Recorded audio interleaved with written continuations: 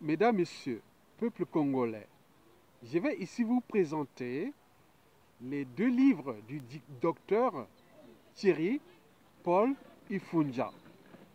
C'est un docteur pneumologue qui s'occupe des maladies respiratoires. Donc il est en ce moment au cœur du Covid-19 en France, dont il opère depuis de nombreuses années. Le docteur Thierry Paul Ifunja, c'est l'ancien élève à l'école primaire à Makwa, et aussi au collège à Makwa et au lycée à Makwa où il avait obtenu son baccalauréat du coup série C. Et après, il était parti en URSS, l'actuelle Russie, où il avait obtenu son doctorat de médecine. Il faut se le dire que sa thèse de doctorat est l'une des plus publicitées de la médecine en Russie parmi les nombreuses thèses de doctorat qui des meilleurs de l'Afrique avaient produit à l'époque, le temps de l'URSS. Il me semble qu'après les études en URSS, il était rentré en France et où il avait s'était spécialisé en pneumologie, où il avait fait ses études de pneumologie ici en France et aux États-Unis. Et aujourd'hui, il opère en France, où il travaille en France depuis de nombreuses années. Alors, docteur Paul Thierry Ifunja, vous avez d'abord publié votre premier essai de la situation socio-sanitaire du pays en 2020.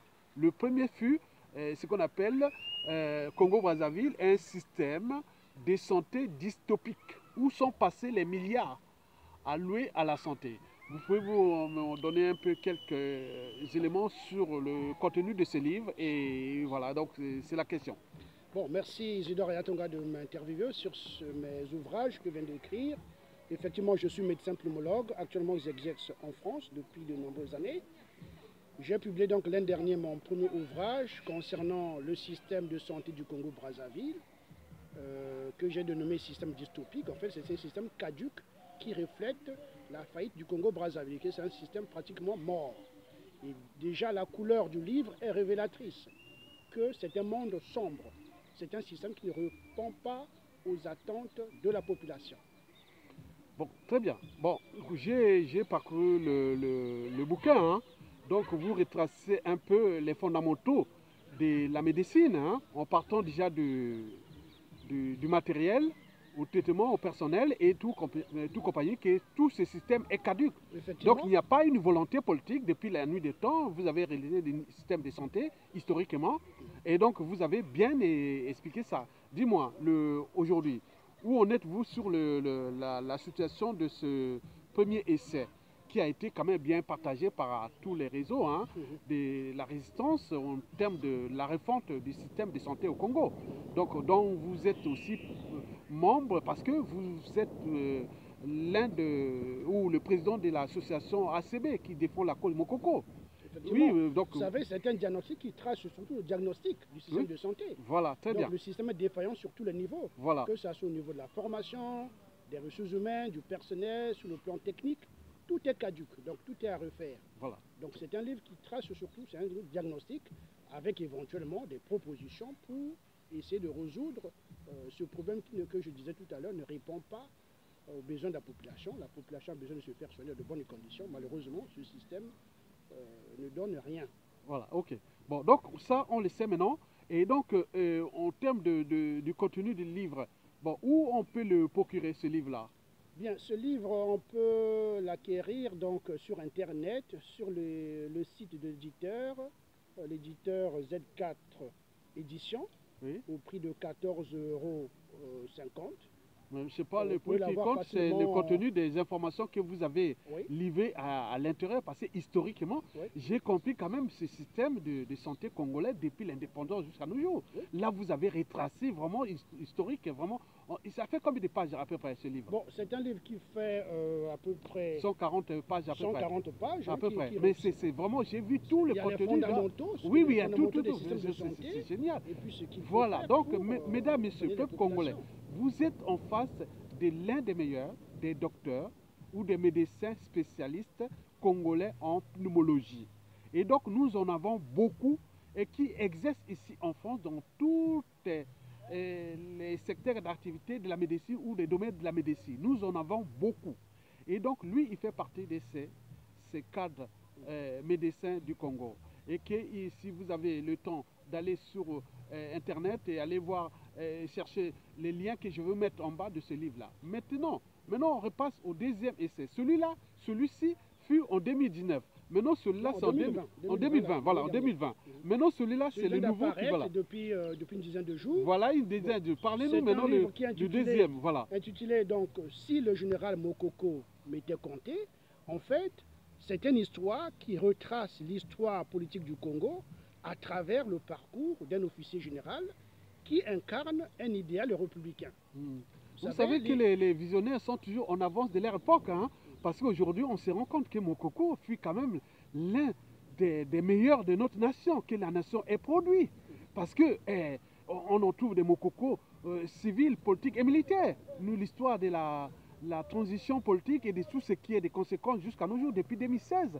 Donc le livre-là retrace quoi. En fait, vous avez parlé du mystère d'une évacuation sanitaire. Alors, c'est l'un des chapitres. Voilà, l'un des chapitres.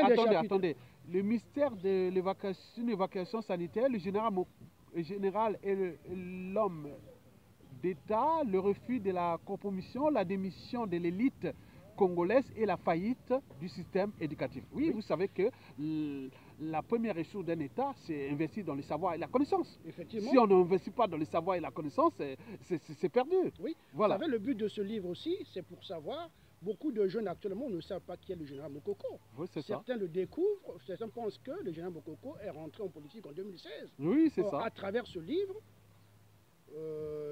les Congolais et tous les lecteurs pourront se rendre compte qu'en fait, le général Mokoko lutte pour l'instauration de la démocratie depuis de nombreuses années et on l'a découvert lors de la conférence nationale souveraine. Oui, c'est l'homme lui qui est l'artisan. L'homme du consensus.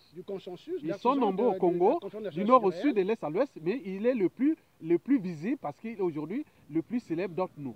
Et donc, lui aussi, il a contribué, il faut le signaler, à la dépolitisation de l'armée. L'armée et tout est contenu là, on le sait. Voilà, donc, ce livre que vous voyez, je vous le recommande. On peut le procurer. On peut le procurer sur Internet, sur le site d'éditeur Licht Édition, ou bien à la FNAC, et bientôt il le sera sur Amazon. Ah, d'accord, très bien. Au prix symbolique, c'est un prix modique de 8,50 €. Oui, mais c'est pour vous dire, peuple congolais. Pour qu'il soit accessible à tous les Congolais. Oui, parce que je vous l'ai dit que l'ignorance est la pire des souffrances. Le savoir et la connaissance libèrent.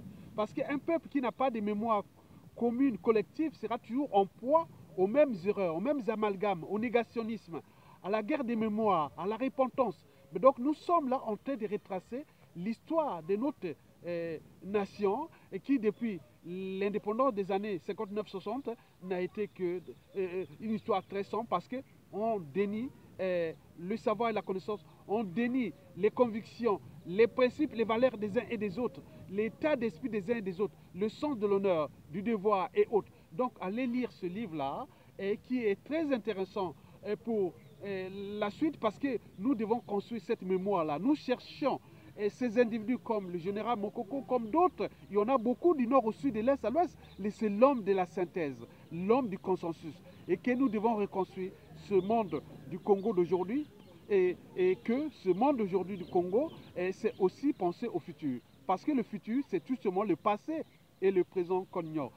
Monsieur le docteur Thierry Paul Ifunja, mais alors, parlons, quelle conclusion? Donnez-nous votre conclusion par rapport à vos deux essais et ce que vous voulez transmettre comme message au peuple congolais en restant toujours dans l'esprit du général, que quels que soient les enjeux, la liberté de conscience sera toujours au-dessus de l'appartenance, qu'elle soit tribale, ethnique, géopolitique. Mokoko n'est pas l'otage d'une tribu, d'une géopolitique. Non, comme le disait le défunt Premier ministre André Milongo. Bon, je te laisse conclure. Si je dois résumer, ce livre retrace l'histoire du Congo à travers le parcours d'un officier républicain qui incarne des idées universelles. Voilà. De liberté, de paix, de démocratie. Le livre sur la santé est le reflet d'un système en faillite, le système congolais en faillite. C'est une preuve palpable, la vie d'un expert, diagnostic avec des propositions concrètes.